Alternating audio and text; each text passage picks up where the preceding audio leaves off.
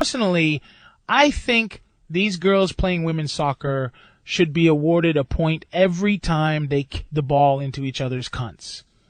This theory works off of my personal philosophy that all holes are goals.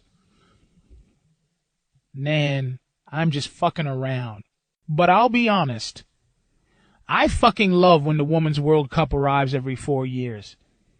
It is the best time to pick up feminist hoes up off the street. I remember saying to this one bitch back in 2007, as she walked past me in the street, "Bitch, you wanna fuck?" To which, as unoriginal as most girls are, she naturally responded, "Nigga, I have a boyfriend, leave me alone." Quick as a flash, I told the bitch that her pussy is just like soccer. Just because there's a goalie doesn't mean I can't score. My nigga, I could tell after that her guard was down and she was starting to get interested. So we talked for a few more minutes. I went on to ask her this question.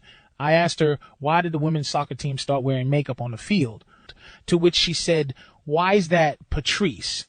I stared down that bitch for about 20 seconds and finally shot back because them hoes heard that's the only way they can score. She was shocked. And I could tell her panties were starting to leak from excess lubrication, so I just knew it was time. Finally, I said the magic line which got her into bed. I said, "Bitch, are you Luis Suarez? 'Cause I'll let you bite me all night." Okay, now quickly on the real fellas. Do you guys see that dyke Megan rape a hoe? Rapinoe? Whatever the bitch's name is, man. All I know is when she missed that penalty the other night and the United States team were knocked out of the tournament.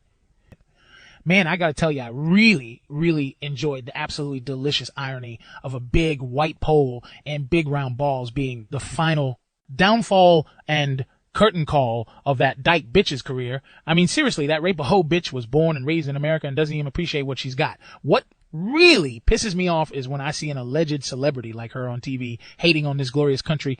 I mean, Miss Rape, a hoe is a pink-haired, carpet-munching soccer player who's been to the fucking White House. I mean, I've never been to the fucking White House, and I've literally saved the dating lives of thousands of men. That hoe got to meet the president. I never got to do that shit. She went on TV at the president's house and went on some fucked up rant about inequality of pay in women's soccer. I mean, the arrogance of this hoe. Did you know she gets paid $3 million to play soccer each year? And fellas, let's be honest here. It's not even real soccer. It's women's soccer. I mean, it's a fucking glorious country where a hoe who has probably, ironically, never touched a set of balls in her life can grow up to kick a ball and make $3 million a year. Not to mention all the sponsorship deals she has as well. I was looking it up in between my favorite porn websites. Did you know this man, lookalike, actually got paid $1 million from Victoria's Secret in one sponsorship deal? Fucking Victoria's Secret. Those niggas actually paid her $1 million. Now, fellas, let me tell you, if you've ever seen that hoe's ironing board body, you already know she ain't got no motherfucking secrets. I mean, on the real, I have more secrets hidden in between my third and fourth fat fold than that hoe. Look, man, all I'm really saying is I can't have any real respect for a sports team where all I can think about during the match is how much I want to face fuck over half the players on the field. I'm sorry, that just doesn't qualify as a sport to me. And now, on to some sad news. It's with a heavy heart I bring you some reports yet to be confirmed that the Spanish team's coach, what was his name? Jorge Vilda, has reportedly died from snapping his neck after making the grave mistake of trusting the thin, noodly little arms of his female players as they begun throwing him into the air in celebration after winning the World Cup final. Next up, there has been renewed calls, mainly by me, for slight changes to the rules between men and women's soccer. In men's soccer, when they score, if they take their shirt off to celebrate, it is mandatory that they receive a yellow card. I strongly believe in women's soccer. We need to change the rules so they are rewarded extra goals if they choose to celebrate by taking their shirt off.